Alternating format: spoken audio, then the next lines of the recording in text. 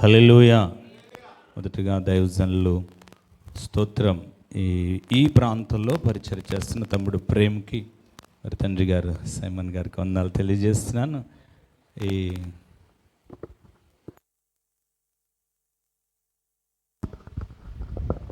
Praise the lord. హల్లెలూయా. స్తోత్రం. అద్భుతమైనటువంటి టీంని నిస్వార్థంగా శక్తివంతంగా అనేక మంది సేవకులను పురుకొల్పుతూ సంఘాలు ఉజ్జీవింపబడాలని బలమైనటువంటి కాంక్షతో దైవజనులను నడిపిస్తున్న ప్రియ దైవజనులు జాన్ ప్రసాద్ అయ్య గారికి వందనాలు తెలియజేస్తున్నాను.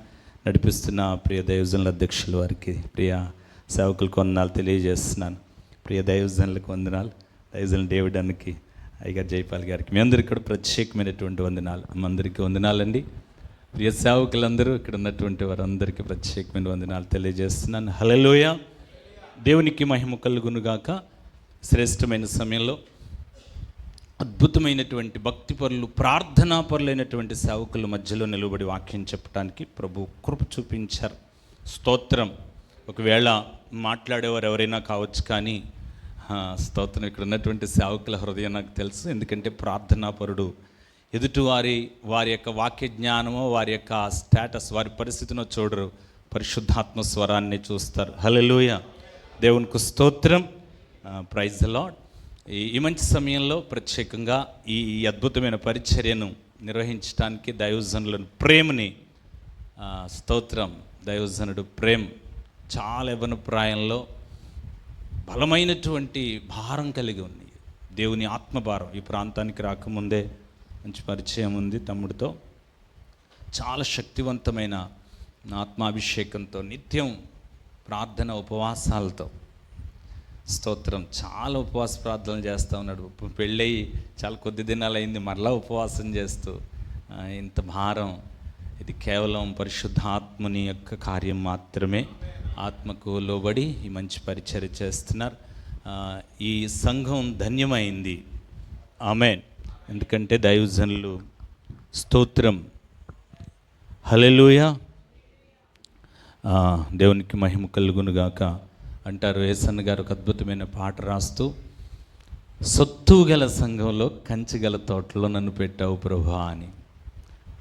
స్తోత్రం. విత్తనం ఎక్కడ విత్తబడితే అది ఫలిస్తుందో బైబిల్లో యేసు ప్రభువా చక్కగా చెప్పారు. స్తోత్రం. మనం ఈ తోటలో విత్తబడితే, ఏ తోటలో? ప్రార్థన పుష్కలంగా కంచె వేసి చక్కగా మీ కొరకు నిత్యము ప్రార్థించే దైవజనుడి యొక్క కాపుదలలో సాగు చేసి ఈ తోటలో మీరు నాటబడితే, ఎవరెలా నాటబడతారో వారందరూ ధన్యులు. ఆమేన్. మంచి పని వాని చేతిలో మీరు పడ్డారు గనుక, మీరు ఉన్నారు గనుక మీరు, మీ కుటుంబాలు ఫలిస్తాయి అని మీకు శుభాలు తెలియజేస్తే మాటను సమయంలో వాక్యాన్ని ఒక చిన్న మాట ధ్యానాంశంగా నాకు ఇవ్వబడిన సమయం కంటే ముందుగానే నేను ముగిస్తాను. లూకాసు వార్త 10వ అధ్యాయం 19వ వచనంలో ఈ మాట రాయబడింది. ఇదిగో పాములను త్రేళ్లను తొక్కుటకును శత్రువు బలమంతటి మీదను మీకు అధికారం అనుగ్రహించి ఉన్నాను, ఏదియు మీకెంత మాత్రమును హాని చేయదు. కృపగలిగిన తండ్రి, వాక్యమైన దేవుడు, మీరు మాతో మాట్లాడి మీ ఆత్మ సహాయమునివ్వండి, బలపరచమని యేసుక్రీస్తు నామములో ప్రార్థిస్తూ వేడుకుంటున్నాను ప్రియ తండ్రి. ఆమేన్. హల్లెలూయా. లూకా భక్తుడు యేసు ప్రభు యొక్క చరిత్రను రాస్తూ చాలా శ్రేష్టమైన సంగతులు రాశారు. అందులో ప్రాముఖ్యంగా యేసు ప్రభు వారి శిష్యులు, అపోస్తలులు 12 మంది కాకుండా 70 మంది శిష్యుల గురించి రాస్తూ, వారికి ప్రభు ఇచ్చిన అధికారాన్ని, వారికి యేసు ప్రభు వారు 12 మందిని ఏర్పాటు చేసుకున్నారు. ఆ 12 మంది శిష్యులు 70 మంది అయ్యారు. స్తోత్రం. యేసు ప్రభు వారు ఏర్పాటు చేసుకున్న ప్రతి వారికి ఆయన తన అధికారం ఇచ్చారు. స్తోత్రం.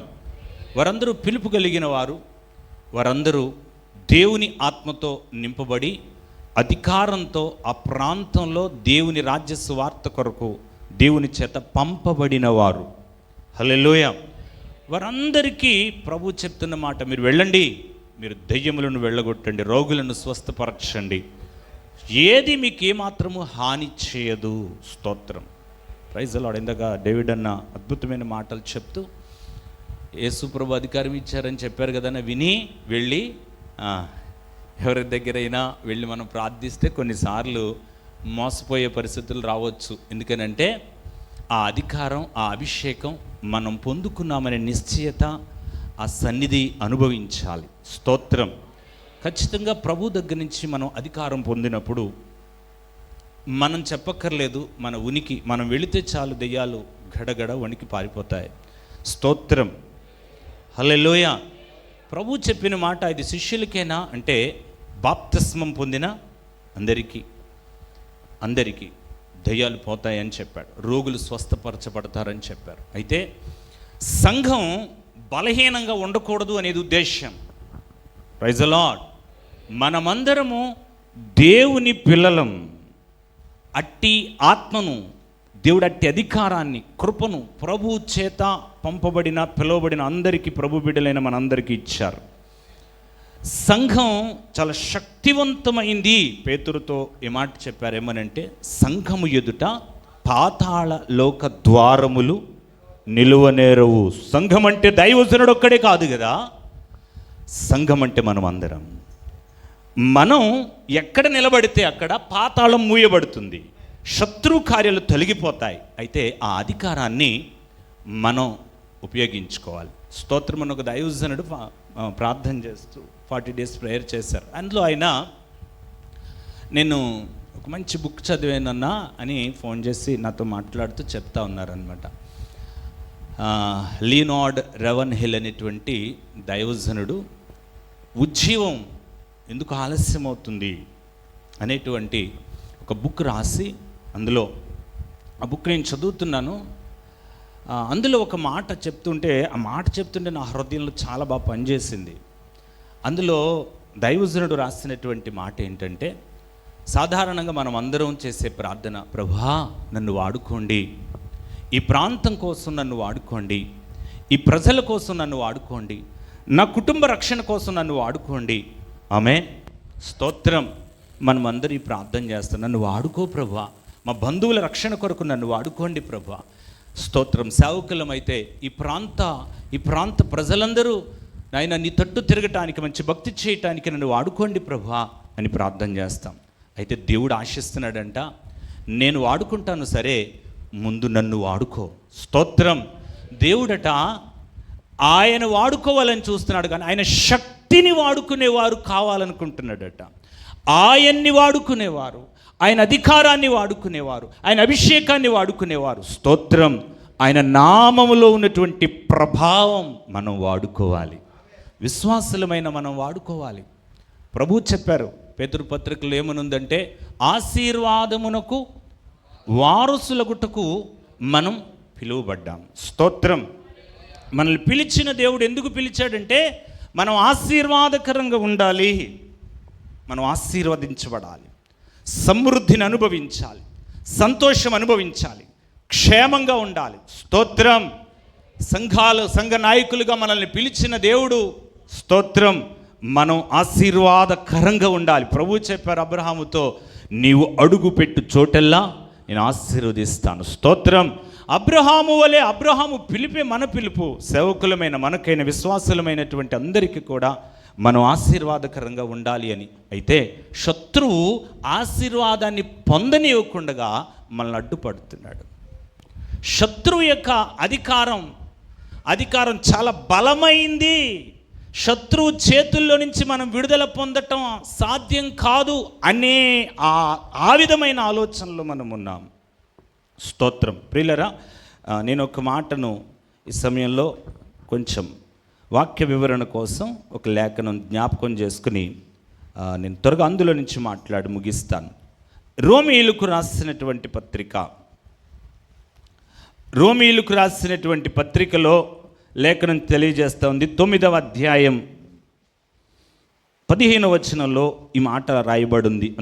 అందుకు మోషేతో ఇలాగు చెప్పుచున్నాడు, ఎవనిని కరుణింతునో వానిని కరుణింతును, ఎవని ఎడల జాలి చూపుదునో వాని ఎడల జాలి చూపుదును, పొందగోరు వారి వలనైనను ప్రయాసపడు వాని వలనైనను కాదు, కానీ కరుణించు దేవుని వలనే అవుతుంది అని మోషేతో చెప్పాడు. అదే దేవుడు ఫరోతో కూడా ఇలా చెప్తున్నాడు. ఏమనంటే, నేను నీయందు నా బలం చూపటానికి, నా నామము భూలోకమందంతటా ప్రచురమవడానికి అందు నిమిత్తమే నిన్ను నియమించాను. స్తోత్రం, హల్లెలూయా.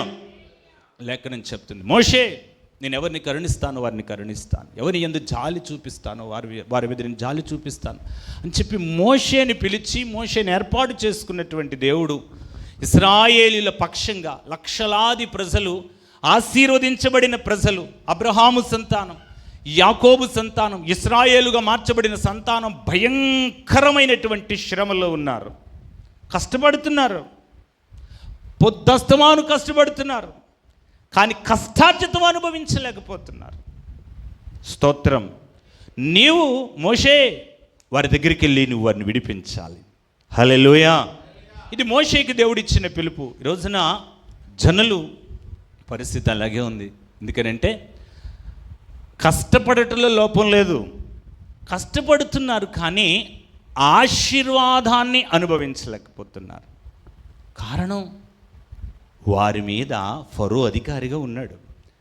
వారి యొక్క ఆస్తిని, వారి ఐశ్వర్యాన్ని, వారి బలాన్ని, వారి సమయాన్ని, వారి జ్ఞానాన్ని, వారికి ఉన్నటువంటి మానసిక స్థైర్యాన్ని ఫరో నొక్కి పెట్టాడు. ఫరో అధికారం క్రింద ఉన్నాడు. మోషేతో చెప్తున్నాడు, మోషే నా ప్రజల మీద నేను కనికరపడుతున్నాను, వెళ్ళి వారిని విడిపించు. స్తోత్రం, హల్లెలూయా. ప్రభువా, ఫరో దగ్గర నుంచి నేను పారిపోయాను కదా, ఆ ఫరో నా మాట వింటాడా? ఫరో వాళ్ళని పోనిస్తాడా? అసలు నేను ఫరో దగ్గరికి వెళ్ళే అవకాశం ఉందా? నేను వెళ్ళలేను. మంచి బలంగా ఉన్నప్పుడే నేను చేయలేకపోయాను కదా. నేను ఇంత వృద్ధాప్యంలో 80 సంవత్సరాల వయసులో వెళ్ళి ఇశ్రాయేలీయుల్ని ఎలా విడిపించమంటావు ప్రభువా? ఇది నా వల్ల కాదు. స్తోత్రం. అలా మాట్లాడుతూ ఉన్నప్పుడు నేను ఫరోని అంటున్నాడు, చూడండి, నీ యందు నా బలం చూపటానికి, అంటే ఫరో ద్వారా నా బలాన్ని చూపిస్తాను. అంతేకాదు అంటున్నాడు ఆయన, నా నామము భూలోకమందంతటా ప్రచురపరచెదను. స్తోత్రం. నువ్వు వెళ్ళు అని దేవుడు చెప్పినప్పుడు మోషేకి అహరోన్ను తోడిచ్చారు.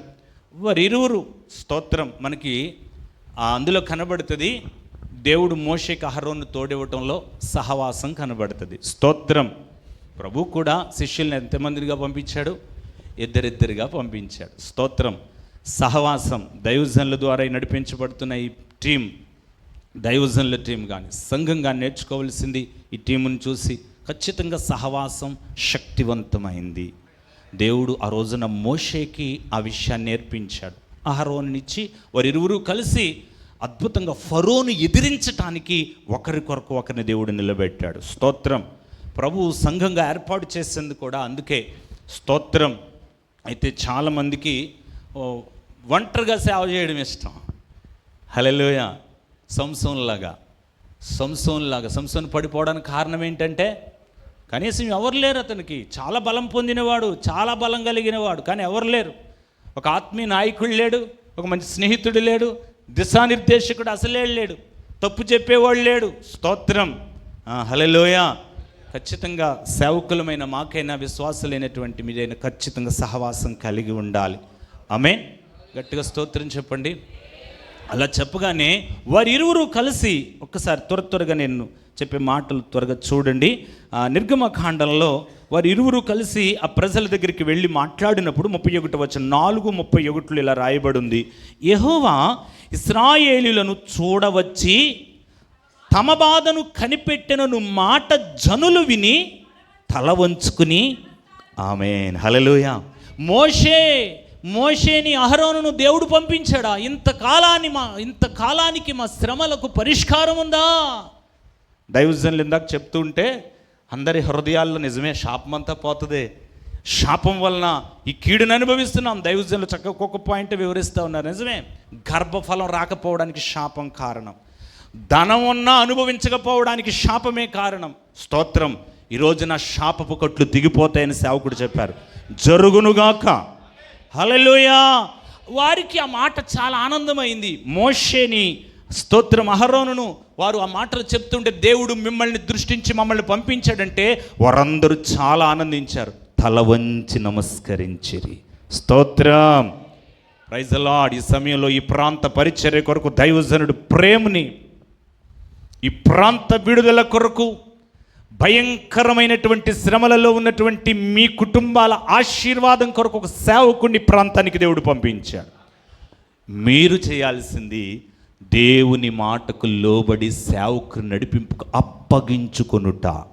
మేన్ జనులందరూ ఏం చేశారు చెప్పండి? మోషే నడిపింపుకు, మోషే నాయకత్వానికి అప్పగించుకున్నారు. అందుకనే వారు ఐగుప్తులో నుంచి బయటకు రాగలిగారు. స్తోత్రం. ఎదురు తిరిగిన కోరహు బ్యాచ్ లాగా ఉండకూడదు. స్తోత్రం.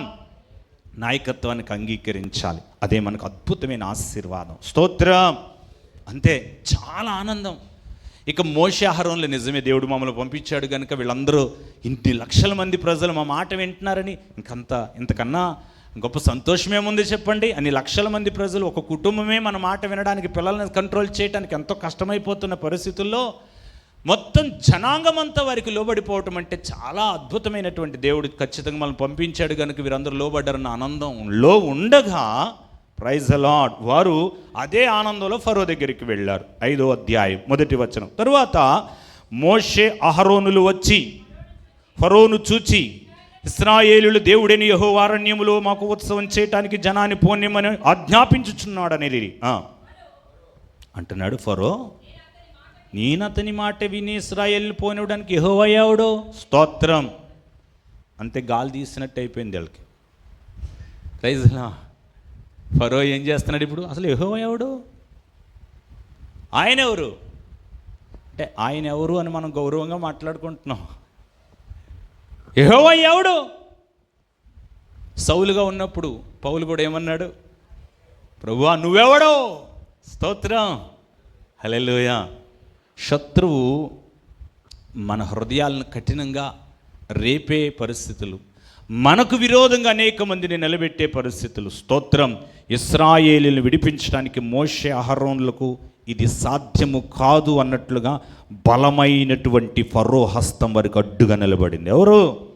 ఎవరు యెహోవా ఎవడు చెప్పండి? పోనివ్వను, మీరు వెళ్ళిపోండి, మీరు సోమరులు, మీ పని చూసుకోండి అని చాలా గద్దించాడు. అంతేకాదు, జరిగిన విషయం, ఇశ్రాయేలీలకు అప్పటి వరకున్న శ్రమ రెట్టింపు అయిపోయింది. వీళ్ళు వచ్చిన తర్వాత శ్రమలు ఇంత, వీళ్ళు వచ్చిన తర్వాత, మోషే అహరోనులు వచ్చిన తర్వాత మా పరిస్థితి మరీ దిగజారిపోయింది, ఫరో ఇంత కఠినంగా మారిపోయాడు, అయ్యో అని ఇప్పటి వరకు అంతకుముందున్న సానుకూలత, అప్పటి వరకు ఉన్న ఆనందం ఎగిరిపోయి ఇప్పుడు వారు తిరుగుబాటు చేస్తున్న ప్రజలు అయిపోయారు. మేము లోబడం, ఇంక మా చావు మేము చేస్తాం, మీరు వెళ్ళిపోండి అన్నారు. స్తోత్రం. హల్లెలూయా. మాది చక్రద్వార బంధం అంటే జిఎస్ఎల్ హాస్పిటల్ అందరికీ తెలుసు కదా, దాని వెనకాల ఊరు అన్నమాట. దేవుడు నన్ను అనుకోకుండా సేవకు పిలిచాడు. స్తోత్రం. యాక్చువల్గా నాది టీచింగ్ ఫీల్డ్, నేను టీచర్ని. స్కూల్ ఉండేది, ప్రైవేట్ స్కూల్. నేను స్కూల్ రన్ చేసుకుంటూ నా పని నేను చేసుకుంటూ ఉన్నాను. నాకు సేవ చేయాలని ఒకప్పుడు చాలా ఆశ ఉండేది. చాలాసార్లు ప్రార్థన చేశాను దేవుని దగ్గర. ఇంచుమించు 2 years చదువు మానేసి ప్రభువా సేవ చేస్తానని తిరిగేవాడిని. అప్పుడు నాకు ఒక సరైన గైడ్లైన్స్ లేదు. నేను ఇంక ఇదే పనిగా తిరుగుతున్నానని మా నాన్నగారు చనిపోయారనమాట. మా నాన్నగారు యాక్చువల్ గవర్నమెంట్ టీచర్. ఆయన హఠాత్తుగా హార్ట్ అటాక్తో చనిపోయారు. ఆయన చనిపోయిన తర్వాత జస్ట్ 2 monthsలో ఒక చిన్న ప్రార్థన కూడిక, మా చిన్నాన్నగారికి ఒంట్లో బాగోకపోతే, ఆయన గ్రామ పెద్ద, ఆయనకి ప్రార్థన చేయటానికి వాళ్ళ స్నేహితుడు ప్రార్థన చేయించడానికి తీసుకొస్తే నన్ను కూర్చోబెట్టారు అక్కడ. ఆ విధంగా నేను యేసు ప్రభువుకి దొరికాను. స్తోత్రం. యేసు ప్రభువుకి మా కుటుంబానికి అసలు సంబంధం లేదు. నాకు చాలా ఇష్టం యేసు ప్రభు అంటే, అస్సలు ఇష్టం ఉండేది కాదు. ఎందుకు ఇష్టం ఉండేది కాదంటే, వారి యొక్క ప్రార్థనలు, మా చిన్న నాన్నమ్మ గారు ఒక ఆవిడ ప్రభువుని నమ్ముకున్నారు. ఆవిడ వస్తువులు ఏం పెట్టుకునేవారు కాదు, ప్రార్థన చేసేది ఆవిడ. అప్పట్లో అంటే ఇప్పుడంటే భాషలను తెలుస్తుంది, అప్పుడు కై కుయ్యమంటూ ఉండేది, చాలా గట్టిగా చేస్తూ ఉండేది. ఆవిడ చూసి నాకు హేళనగా ఉండేది. ఆ తర్వాత అదొక రకంగా మనసులో ఒక ఫీలింగ్ వచ్చింది, ఏంటి భక్తి అన్నట్లుగా. వీళ్ళు వస్తువులు పెట్టుకోరు, బొట్లు పెట్టుకోరు, కనీసం ఏమి పెట్టుకోరు. ఇలాంటి పరిస్థితుల్లో ఉన్నటువంటి వీరికి ఇలాంటి భక్తి మనకు వద్దు, మన దేవుడు ఉన్నాడు కదా అనేటువంటి ఆలోచన. స్తోత్రం గట్టిగా చెప్పండి. హల్లెలూయా. అతి పరిశుద్ధుడా స్తుతి నైవేద్యము నీకే అర్పించి కీర్తింతును. అతి పరిశుద్ధుడా స్తుతి నైవేద్యము నీకే అర్పించి కీర్తింతును. నీవు నా పక్షమై దీవించగా నీవు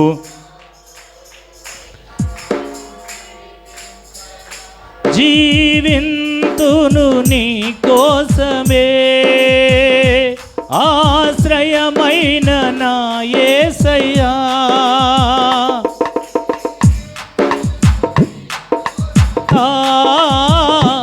ఆశ్రయమైన అతి పరిశుద్ధుడా స్తుతి నైవేద్యము నీకే అర్పించి కీర్తింతును. అతి పరిశుద్ధుడా స్తుతి నైవేద్యము నీకే అర్పించి సారిపైనున్న పాత్రగా నన్ను చేజారిపోనివ్వక, శోధనలెన్నో ఎదిరించినను నన్ను సోలిపోనివ్వక, ఉన్నావులే ప్రతి క్షణమునా కలిసున్నావులే, ప్రతి అడుగునా నీవేగా యేసయ్యా నా ఊపిరి, నీవేగా యేసయ్యా నా కాపరి. అతి పరిశుద్ధుడా స్తుతి నైవేద్యము నీకే అర్పించి కీర్తింతును. హల్లెలూయా, ప్రైజ్ ది లార్డ్. అలా అనుకోకుండా ప్రభువుకు నేను దొరికాను. ప్రభువు నన్ను దర్శించారు. ఒక అద్భుతమైన దర్శనం ద్వారా నా హృదయం యేసు ప్రభు వైపు ఆకర్షించబడింది. మా ఇంట్లో నేనే మొట్టమొదటిగా మారాను. స్తోత్రం. తర్వాత యేసు ప్రభు మీద విపరీతమైన ప్రేమ ఏర్పడింది. నేను చాలా రహస్యంగా మందిరానికి వెళుతూ, అంటే ఇష్టం ఉండేది కాదు మా ఇంట్లో, కానీ వెళ్ళడానికి బాగా ఆతృత కలిగి నా ఈ 3 ప్లేసులు అడ్రస్లు, ఒకటి కాలేజ్, ఇల్లు, 3వది మందిరం. చాలా ఇష్టంగా మందిరంలో ఎక్కువ సహవాసం చేయటానికి దేవుడు అలాగా ఆకర్షించాడు. స్తోత్రం. అనుకోకుండా మా ఇంట్లో తెలియకుండానే నేను రహస్యంగా బాప్తిజం తీసుకున్నాను. స్తోత్రం. హల్లెలూయా. మా స్నేహితుడు వచ్చాక అతను అన్నాడు, క్రిస్టియన్ ఫ్రెండే అన్నాడు, నువ్వు మాత్రం ఎట్టి పరిస్థితుల్లోనూ వాళ్ళ మాటలేని బాప్తిజం కానీ తీసేసుకున్నావు కనుక అన్నాడు. స్తోత్రం. హల్లెలూయా. కానీ దేవుని మహాకృప అలాంటి వాళ్ళు ఎవరన్నా ఉంటే మనం అందులోంచి బయటకు వచ్చేయాలి. సాతానుడు ఫరో అలా ఆ రూపంలో వస్తాడు. హల్లెలూయా. దేవుని కృప నా శాపం పోయింది. నేను ఇంట్లో ఎవరికి తెలియకుండానే బాప్తిజం తీసేసుకున్నాను. దేవుని కృప ఏంటంటే ఇప్పుడు నేను సేవ చేస్తూ నా దగ్గర ఉన్నటువంటి విశ్వాసుల్లో సగం మంది రహస్యంగా బాప్తిజం తీసుకున్న వాళ్ళే. స్తోత్రం. హల్లెలూయా. ఇంట్లో ఎవరికి తెలియదు. స్తోత్రం. నేను కొన్నిసార్లు నేను అలా రాజమండ్రి వస్తే వాళ్ళు గోదావరికి వచ్చేవారు. గోదావరిలో ముంచేసి నా మట్టుకు నేను వాళ్ళ మట్టుకు వాళ్ళు. Praise Lord. ఎవరికి తెలియకుండా అలాంటి బాప్తిస్మాలు ఇచ్చినటువంటి, అంటే దేవుడు నేను ఆ అనుభవంలో నడిపించాను, నాకు అలాంటి వాళ్ళని అప్పగించాడు ఆ గ్రామంలో. Praise lord.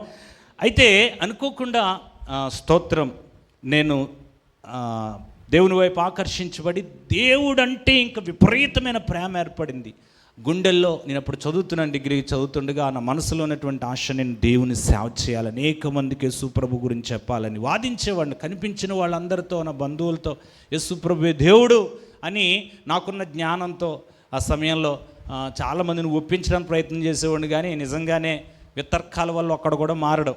డిబేట్లు చూస్తున్నాను టీవీల్లో, ఈ యూట్యూబ్లో, ఏ డిబేట్ వల్ల ఎవడో మారడని ఆ రోజుల్లోనే నాకు అర్థమైంది. స్తోత్రం. ఒక్కడిని కూడా మార్చలేదు నేను, డిబేట్లు పెట్టుకుని మార్చి వాదాలు పెట్టుకుని. హల్లెలూయా. అయితే 2 సంవత్సరాలు చదువు మానేసి ప్రభు సేవ చేస్తానని తిరిగితే దేవుడు ఎందుకో మాట్లాడలేదు. ఆ తర్వాత నేను ఒక ఉద్యోగం చూసుకున్నాను. తర్వాత మరలా అదే ఊర్లో స్కూల్ స్టార్ట్ చేసి, ప్రైవేట్ స్కూల్ చాలా క్లిక్ అయింది, ఆశీర్వాదకరంగా ఉంది. నేను బీఎడ్ చేశాను. ఆశీర్వాదకరంగా ఉన్న సందర్భంలో, బిజీగా ఉన్న సమయంలో దేవుడు మాట్లాడి సేవ అప్పగించాడు. స్తోత్రం. హల్లెలూయా. సడన్గా దేవుడు 2007వ సంవత్సరంలో ప్రభువు మాట్లాడి మా ఇంటి దగ్గరే చిన్న ప్రార్థనా కూడిక దైవజనులు సురేంద్ర గారి ద్వారా ప్రారంభమైంది. దాన్ని చాలా ఒకే ఒక నెలలో ఒక స్థలాన్ని అద్దెకు తీసుకుని మందిరం కట్టేసాం, ఒక పాకేసాం, ఆరాధన ప్రారంభం అయిపోయింది. చాలా అంటే ఇప్పుడు నేను ఎందుకు చెప్తున్నానంటే వెరీ షార్ట్ పీరియడ్లో సంఘం ఏర్పడిపోయింది, చాలామంది వచ్చారు. అంటే అప్పట్లో గురువారం ఉపవాస ప్రార్థన పెట్టేవాళ్ళం. ఉపవాస ప్రార్థన ఇంచుమించుగా నెలకి 2, 3, 4 బాప్తిస్మాలు తీసేసుకునేవారు. చాలామంది బాప్తిస్మాలు తీసుకునేటువంటి పరిస్థితి. నేను అప్పుడు మనకంత ఉబలాటం ఎక్కువ కనుక ఊరేగింపుకి వెళ్ళేవాళ్ళం అన్నమాట బాప్తిస్మాలు ఇవ్వడానికి. ఇంక ఇదే పనిలో ఉన్నారని చెప్పి అప్పుడు వ్యతిరేకత స్టార్ట్ అయింది. స్తోత్రం. ఎంత ఆర్భాటంతో ఎంత ఆనందంతో పరిచర్య ప్రారంభించబడిందో టోటల్గా వ్యతిరేకత ఏర్పడిపోయింది, కఠినమైన పరిస్థితులు ఏర్పడిపోయాయి మా గ్రామంలో. స్తోత్రం. చాలా ఘోరమైన కఠినమైన పరిస్థితులు. ఎలాగంటే ఆ స్థలం కలిగిన ఆయనేమో దాన్ని తీసేయమని, వేరే స్థలం కొని చచ్చేద్దామంటే స్థలం అమ్మేవారు కాదు, ఏం చేయటానికి అవకాశం లేని పరిస్థితి. ఒక ఆయన స్తోత్రం, ఒక అబ్బాయి వచ్చి అన్నాడు నాతో, పాస్టర్ గారు ఒక పని చేయండి, ఇదిగో రాత్రికి రాత్రి మీ పాక తీసేసి ఊరు చివరి ఎక్కడైనా వేసేసుకోండి, అది కూడా రాత్రి అయిపోవాలి, పగలైతే మళ్ళీ వేయనివ్వరు. మీరు అర్జెంటుగా ఇక్కడ ఎవడు మీరు స్థలం కొనలేరు, అమ్మలేరు, మీరు ఈ స్థలం ఇక్కడ ఆరాధన మీరు ప్రార్థనలు పెట్టలేరు, మీరు నాకు బాగా పరిచయం కాబట్టి నేను ఈ మాట చెప్తున్నాను అన్నాడు. అంటే భయపెట్టినటువంటి పరిస్థితులు. స్తోత్రం. ఊరు వ్యతిరేకమైపోయింది, చాలా కఠినమైన పరిస్థితి. నిద్రలేని రాత్రులు, ఈ సంఘాన్ని ఏం చేయాలో, సేవ ఏం చేయాలో, ఆరాధన ఎక్కడ నడిపించాలో, ప్రార్థన ఏం చేయాలో చాలా. మా ఊరు గ్రామ పెద్ద అన్నాడు, నువ్వు ఎట్టి పరిస్థితుల్లోనూ ఇక్కడ ప్రార్థన చేయటానికి లేదు అని ఊళ్ళో పంచాయతీలకు పిలిచారు నన్ను. పంచాయతీలు అందరు పెద్దలందరూ మధ్యలో కూర్చోపెట్టి ఊళ్ళో సేవ చేయటానికి కుదరదు, మీ నాన్నగారు మీ కుటుంబం మీద గౌరవంతో నిన్ను పిలిచి చెప్తున్నావు, ఎట్టి పరిస్థితుల్లో నువ్వు ఇక్కడి నుంచి అసలు కుదరదు, వెళ్ళిపోండి అన్నాడు, తీసేయమన్నాడు. స్తోత్రం. హల్లెలూయా. అలాంటి కఠినమైన ఫరో మోషేకి ఎదురైనట్లుగా అలా ఎదురైంది. స్తోత్రం. అయితే ఒక అద్భుతమైన విషయం ఏంటంటే పంపినోడెవరు, పిలిచినోడెవరు? హల్లెలూయా. Praise the Lord. పరిస్థితులు నిజంగానే సంఘం చెదిరిపోద్దేమో, వీళ్ళందరూ వెళ్ళిపోతారేమో, ఇంకా అసలు ప్రార్థన ఉండదేమో అనే పరిస్థితులు ఏర్పడ్డాయి. కానీ మహాదేవుని కృప, ఫరో తన బలాన్ని చూపించాలనుకున్నాడు, కానీ దేవుని యొక్క మహాకృప ఏంటంటే ఎక్కడైతే అడుగు స్థలం ఒక స్థలం కొన్నాం, ఒక 5 సెంట్ల స్థలం కొన్నాం, బేరం అయిపోయింది. మరుసటి రోజు రిజిస్ట్రేషన్, ఆయనకి అడ్వాన్స్ ఇచ్చేసాం, వెళ్ళి చలన కట్టేసాం. అయిపోయిన తర్వాత ఈలోగా ఆ స్థలం కలిగిన ఆయన్ని, అమ్మిన ఆయన్ని మార్చేసారు. వెళ్ళి వచ్చేసి వాళ్ళు అడ్వాన్స్ చేతులు పెట్టేసి వెళ్ళిపోయారు. చలన ఏం చేయాలో అర్థం అవ్వదు, స్థలం ఏం చేయాలో అర్థం అవ్వదు. అలాంటి పరిస్థితులు. స్తోత్రం. ఏమీ చేయలేదు. నాకున్న ఒకే ఒక ఆయుధం ప్రార్థన, మౌనంగా ఎదురు చూడడం. స్తోత్రం. ఎవరిని ఇన్వాల్వ్ చేయలేదు, ఏ సేవకుని దగ్గరికి లేదా సంఘాన్ని ఇన్వాల్వ్ చేయలేదు, నాకున్న బంధువుని ఇన్వాల్వ్ చేయలేదు, ఎవరిని. మా అన్నయ్య గవర్నమెంట్ జాబ్లోనే మంచి స్థాయిలోనే ఉన్నారు, ఆయన్ని ఇన్వాల్వ్ చేయలేదు. స్తోత్రం. అయితే దేవుడు కలగజేసుకున్నారు. ఎక్కడైతే అడుగు స్థలం కూడా ఇవ్వనివ్వమన్నారో అక్కడ ఇంచుమించుగా ఒక 40 సెంట్ల స్థలం. Praise the Lord. మందిరం కానీ, మా ఇల్లు కానీ, ప్రక్కన్న స్థలాలు కానీ ఇంకా కొనడానికి అనుకూలంగా, పాస్టర్ గారు మీరు తీసుకోండి అని ఒక ఆయన 2 సంవత్సరాలు తిరుగుతున్నాడు. డబ్బులు తర్వాత తిరిగాను, మీరు ముందు స్థలం తీసుకోండి, మీరు అనండి. స్తోత్రం. ఇప్పుడున్న స్థలం కూడా ఆయన అలాగే చెప్పాడు. ఏమన్నాడంటే, ఇప్పుడు మీ మందిరం కట్టిన స్థలం 16.5 సెంట్ల స్థలం, వచ్చి స్థలం ఇచ్చేసి నేను మీకు డబ్బులు ఉన్నప్పుడు ఇవ్వండి, నేను స్థలం ఇచ్చేస్తాను అన్నాడు. స్తోత్రం. హల్లెలూయా. అంతగా దేవుడు మార్చేశాడు. ఫరో యొక్క బలాన్ని ఎదిరించి నిలబడుదుముగాక. వాక్యం చెప్తుంది, శత్రువు బలం అంతటి మీద అధికారం ఇచ్చిన దేవుడు. ఫరో కావచ్చు, ఆ ఐగుప్తు దేశానికి అంతటికి అధికారి కావచ్చు, ఫరోకు మించిన దేవుడు మనతో ఉన్నాడు. హల్లెలూయా.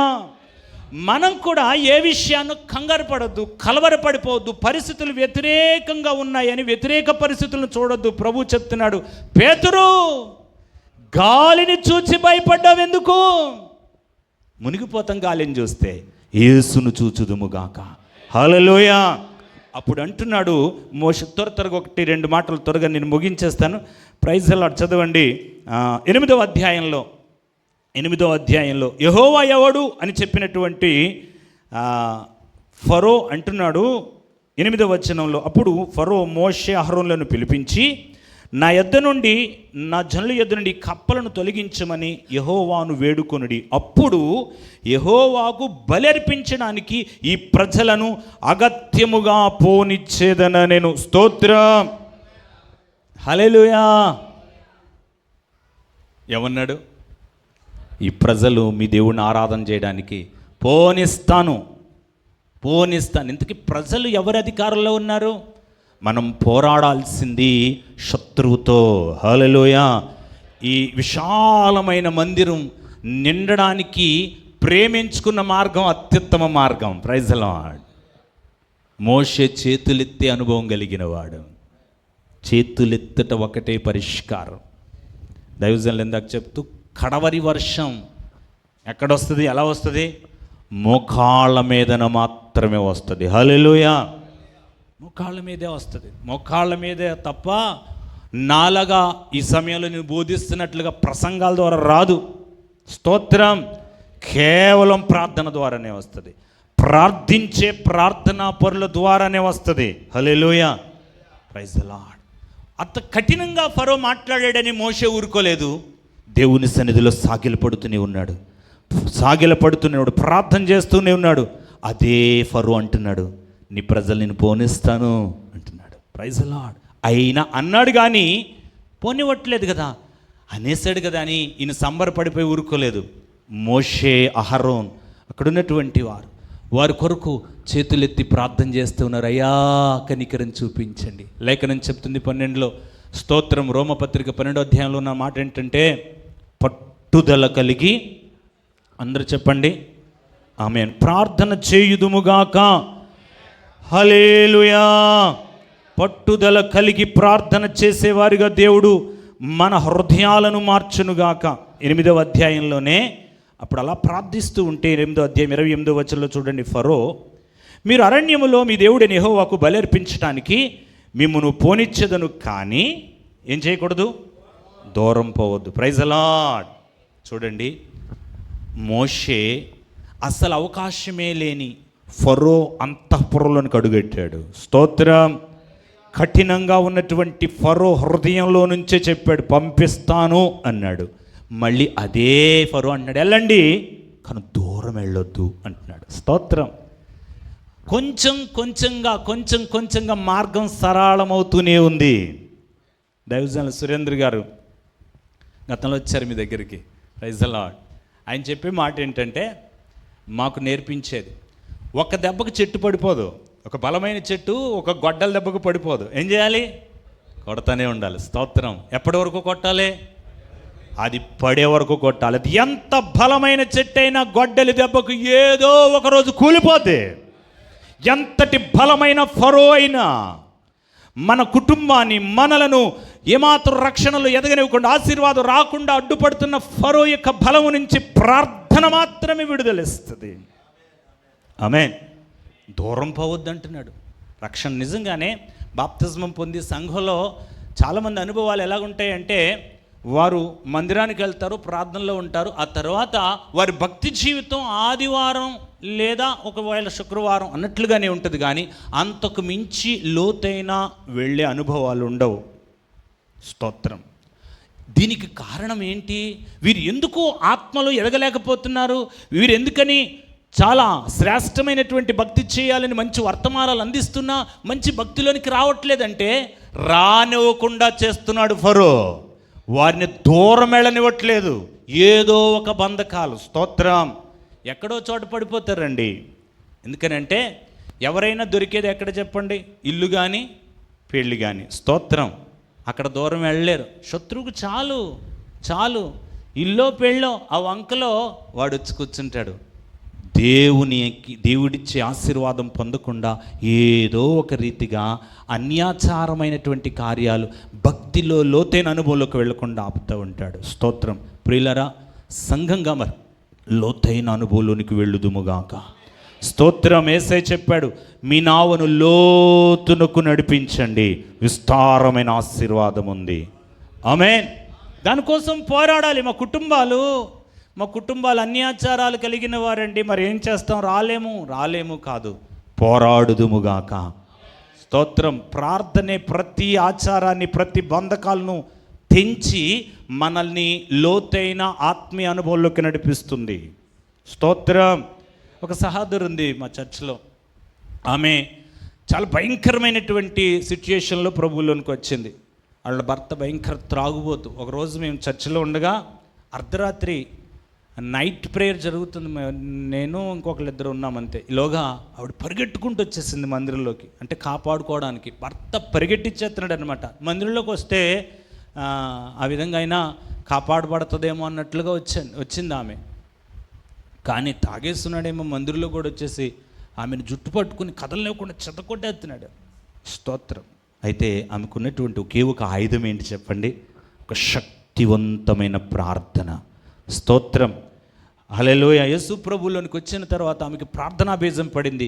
ఒక బలమైనటువంటి ఆత్మ సంబంధమైన ప్రార్థనతో దేవుని సన్నిధిలో గోజాడుతూ ఉండేది. అయ్యా, ఈ ఫరో యొక్క శత్రు కార్యం నుంచి నా కుటుంబాన్ని విడిపించగలవు. Praise the lord.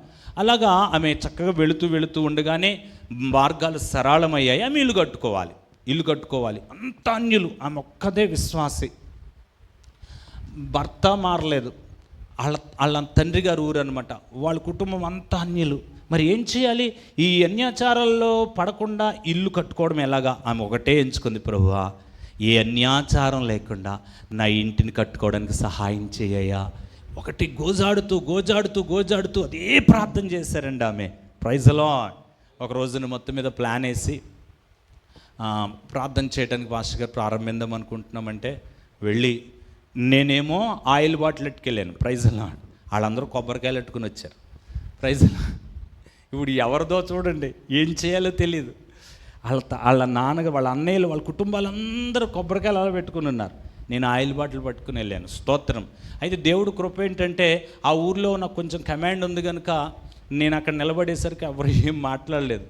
వాళ్ళని పిలిచి ప్రార్థన చేయించి ఆ గోతులోకి ఇటుకేసేసి అందరితో కొబ్బరికాయలు తీసుకొచ్చిన వాళ్ళు అందరితో ఆయిల్ వేయించి ప్రార్థన చేయించాను. స్తోత్రం. హల్లెలూయా. ఏం చేయాలో వాళ్ళకి అర్థం అవ్వలేదు. అయిపోయింది. Praise the Lord. ఎందుకంటే అసలు మామూలుగా ఆయిల్ బాటిల్ ఒక చేత్తో ఒకటి ఇవ్వడానికి పట్టుకోవడానికి ఇష్టపడరు. అలాంటిది వాళ్ళకి ఆయిల్ బాటిల్ ఆయిల్ వేసి ప్రార్థన ఏంటి? వాళ్ళు అనుకున్నారు.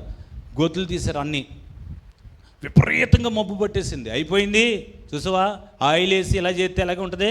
గోతులు తీశారు, మొత్తం కూలిపోతాయి, నీ ఇల్లు ఇంక ఏముండదు, మొత్తం అంత పొరకలను తీసి ఇదంతా చదును చేసి మళ్ళీ కట్టుకోవాలి, మళ్ళీ తీయాలన్నారు. స్తోత్రం. అద్భుతమైన విషయం ఏంటంటే గోతులన్నీ ఏమాత్రం ఏమి పాడాలో, వర్షం రాలేదు, చక్కగా పిల్లర్స్ వేసారు, పునాది కట్టేశారు, మట్టి వేసారు.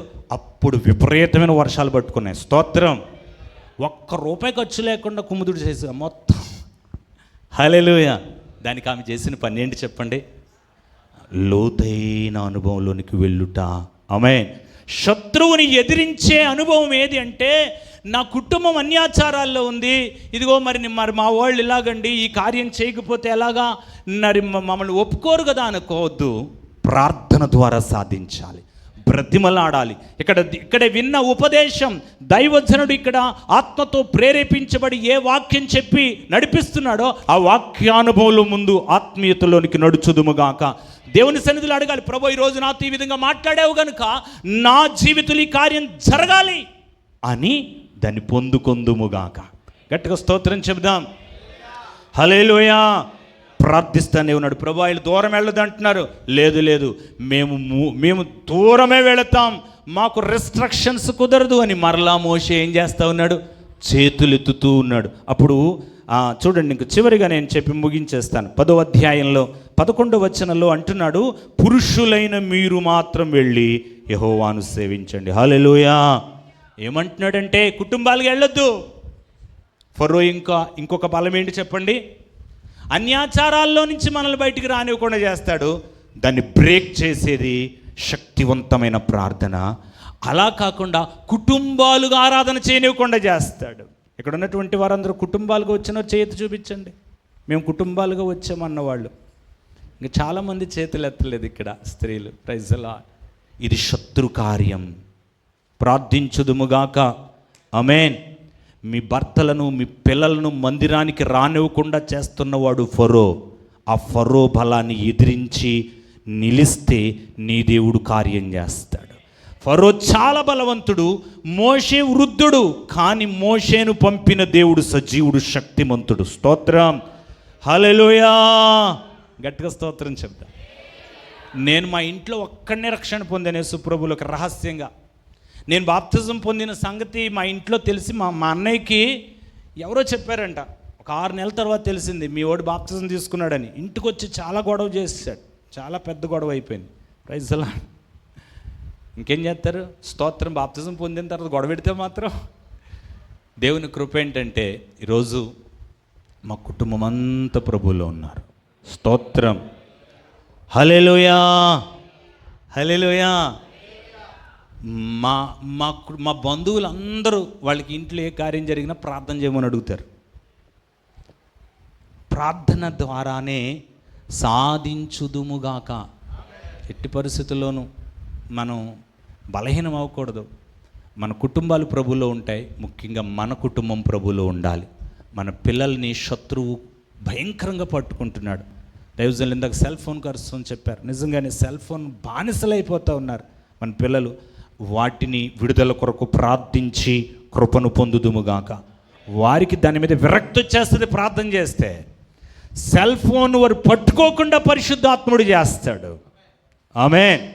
వాటి మీద మనకు మనసు లేకుండా అయిపోతుంది. ప్రార్థనే. ప్రభువా, నా బిడ్డలు ఈ సెల్ ఫోన్ అర్ధరాత్రి వరకు చూస్తున్నారు నాయన, ఏం చేయాలి? మనం కొంచెం స్ట్రిక్ట్గా ఉండాలి. స్తోత్రం. మా అబ్బాయి డిప్లొమా చదువుతున్నాడు. మా అమ్మాయి డెంటల్ సైన్స్ చదువుతుంది. మా పాశ్రం గారు, మా అమ్మగారు, నేను మా ఇంట్లో ఉన్నది ఒకే ఒక మొబైల్. స్తోత్రం. నేను మా ఇంట్లో ఉంటేనే వాళ్ళకి నెట్, లేకపోతే కట్టం. స్తోత్రం. హల్లెలూయా. మనం రిస్ట్రిక్షన్ చేయొచ్చు, మన చేతుల్లో ఉంది. పిల్లోడు ఏడుస్తున్నాడు కదా అని వాళ్ళకి సెల్ ఫోన్ కొనిస్తే ఏమవుద్ది? మనం ఒక్కళ్ళమే వస్తాం. ఫరో అధికారం కింద మన పిల్లలు ఉంటారు. Praise the Lord. అట్టి బానిసత్వంలో నుంచి ఇప్పుడు త్రాగుడు బానిసత్వం కాదు, సెల్లే బానిసత్వం అయిపోయింది. పిల్లలు తిరుగుబాటు చేస్తున్నారు. భర్తలు మాట వింటలేదు, భార్యలు మాట వింటలేదు, కుటుంబాల్లో ఐక్యత లేదు. ఇది ఫరో అధికారం క్రిందకి శత్రువు తీసుకెళ్ళిపోతున్నాడు. ప్రార్థన చేసి కృపను పొందుదుముగాక. చివరిగా ఒక మాట చెప్పి నేను ముగించేస్తాను. హల్లెలూయా. దేవునికి మహిమ. 10వ అధ్యాయంలో అప్పుడు అంటున్నాడు, ఫరో చెప్తున్నాడు, మీరు వెళ్ళండి.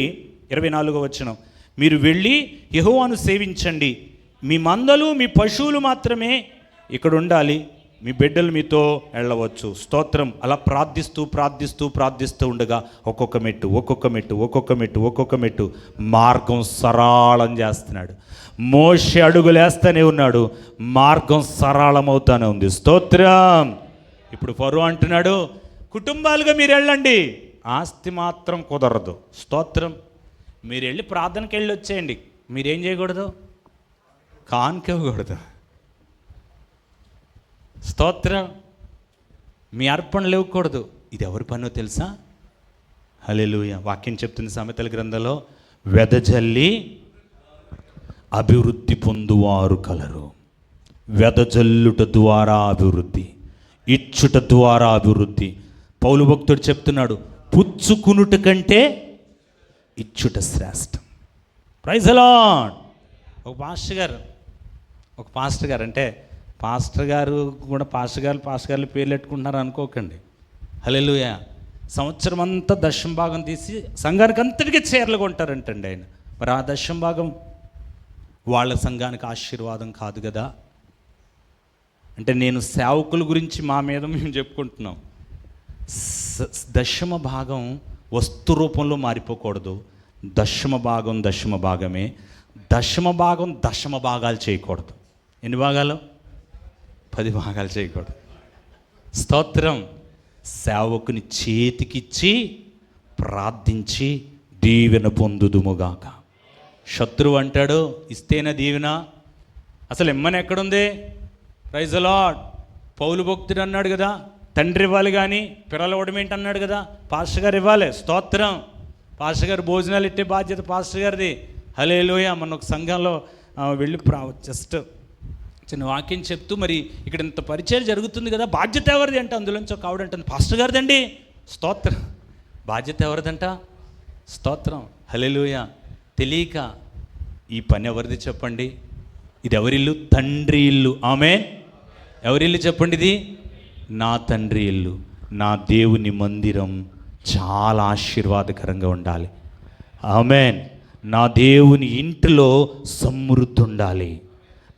వాక్యమే చెప్తుంది, నా మందిరములో ఆహారం ఉండునట్లుగా మీరేం చేయాలి? మీ 10వ భాగమును ప్రతిష్టార్పణలు తీసుకుని రండి. అప్పుడు మీరు అడగండి, శోధించండి, ఆకాశపు వాకిండ్లను విప్పి మీ దరిద్రతను పోగొడతాను. హల్లెలూయా. ఇవ్వక దీవించబడలేకపోతున్నాం. స్తోత్రం. హల్లెలూయా. ఒక లూథరన్ చర్చ్ ఒక అమ్మగారి ఆధ్వర్యంలో జరుగుతుంది. ఆవిడ సేవకురాలు కాదు, మెయింటెనెన్స్ ఆవిడది. వాళ్ళ సంఘ కానుకలన్నీ ఆవిడ చేతుల్లో ఉంటాయి. పాస్టర్ గారు కూడా చిల్లుగా ఇవ్వదు ఆవిడ. స్తోత్రం. మూటగట్టి మందిరం పనులు లేకపోతే ఆ పనులు ఈ పనులు చేస్తుందంట ఆవిడ చెప్తే చాలా బాధేసింది. అరే, మీ విత్తనం ఏమవ్వాలి? మూట కట్టకూడదు. మీ విత్తనం ఏమవ్వాలి? భూమిలోకి వెళ్ళిపోవాలి. విత్తనం భూమిలోకి వెళ్తేనే అది మొలుస్తుంది. స్తోత్రం. గట్టిగా చెప్పండి. మన విత్తనం ఇంట్లో మూటగట్టు ఉండకూడదు. మన విత్తనం దేవుని ద్రాక్ష తోటలో నాటబడితే అది ఫలిస్తుంది. మన కుటుంబాలు దీవించబడతాయి. మన సమృద్ధి అనుభవంలోనికి నడిపించబడతాం. శత్రువు బలమంతటి మీద అధికారం ఇచ్చేవాడు. నీ కుటుంబాన్ని కానీ నిన్ను కానీ పట్టి పీడిస్తున్నటువంటి అపవాది కార్యాలను ఎదిరించి జయించుదుముగాక. ఇవ్వకుండా చేసేస్తున్నాడేమో, దశంభాగం ఇవ్వకుండా చేస్తున్నాడేమో, కానుక ఇవ్వకుండా చేస్తున్నాడేమో. హల్లెలూయా. గట్టిగా స్తోత్రం చెప్దాం. గట్టిగా చెప్పాలి. Praise the Lord. మన ఇంట్లో ఏం తింటామో సేవకుడి ఇంట్లోది ఉండాలి. అందులో ఉంది ఆశీర్వాదం. గట్టిగా చెప్పండి. ఆమేన్. Praise the Lord. మన దేవుని సన్నిధిలో మనం ఎంతగా ఇష్టపడి మన దేవుని సన్నిధిని ప్రేమిస్తామో దేవుని నుండి ధారాళమైన దీవెనలు వస్తాయి. ఫరో అధికారులోంచి ఇశ్రాయేలీలందరూ బయటకు వచ్చారు. మన కుటుంబం అంతా బయటకు వస్తుంది. మనం దేవుని అధికారం కింద సంపూర్ణంగా ఉండాలి. వాక్యమే అల్టిమేట్గా మన మీద పని చేయాలి. ప్రభు ఏది చెప్తే అది చేయుదుముగాక. ప్రభు చిత్తానుసారంగా మనం నడుచుదుముగాక. వాక్యమే మనకు ముందుండాలి. వాక్యమే మన గుండెల్లో ఉండాలి. ఏ విషయంలోనూ శత్రువుకి అధికారం ఇవ్వద్దు. వాడికి లొంగొద్దు. అందరూ ప్రార్థన చేసుకుందాం. ప్రభువా, మీ కృపలో మా కుటుంబాలు దీవించబడాలి. ప్రార్థన చేద్దాం. స్తోత్రం. అందరూ ప్రార్థన చేసుకుందాం.